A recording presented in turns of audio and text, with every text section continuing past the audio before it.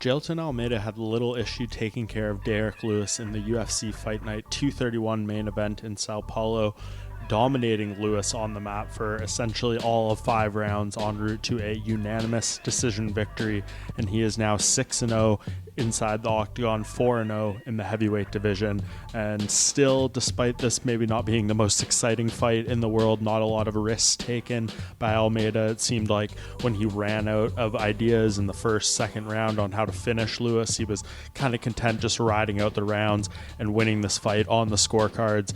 Not the most promising sign in terms of killer instinct, but obviously an extremely talented fighter, an extremely talented grappler, and this could be a problem for a lot of guys in this division. But certainly it might behoove him to maybe add on some more mass, certainly work on the ground and pound when he does get those dominant positions on the mat and can't finish it with a submission. Just adds more diversity into his game and an even bigger threat to the opponents. Hats off to Derrick Lewis for being able to defend everything and not get finished, but did not make for the most entertaining fight. Nevertheless, on the upside, 25 minutes of experience for Almeida. He had never seen the scorecards in a win before, and to do it on this stage with the pressure of fighting in Brazil, this is only going to be good things for his development going forward as he tries to move up this division. But his post-fight call-out aims at that surreal gone. I don't think that hit super well for a lot of people, maybe seeing through it in a sense that maybe he's targeting another fighter who historically has